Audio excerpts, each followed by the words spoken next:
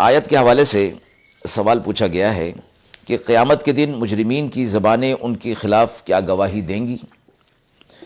روایات حدیث کے اندر آتا ہے کہ قیامت کے روز جو گناہ گار اپنے گناہ کا اعتراف کر لے گا تو اللہ تعالیٰ اس کو معاف فرما دیں گے اور محشر کے مجمع کی عام نظروں سے اس کے گناہ کو چھپا دیں گے، اور جو وہاں بھی انکار کرے گا کہ میں نے تو یہ کام نہیں کیا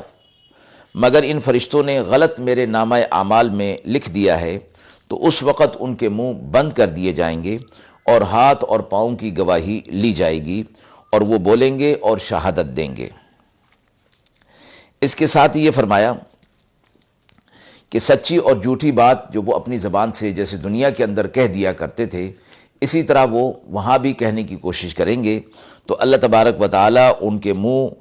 اور زبان بالکل بند کر دیں گے، اور پھر بعد میں زبان کو حکم دیں گے کہ وہ سچی بات بولے۔ اس طرح ان کے گناہوں کی گواہی ان کی اپنی زبان سے دلوائی جائے گی۔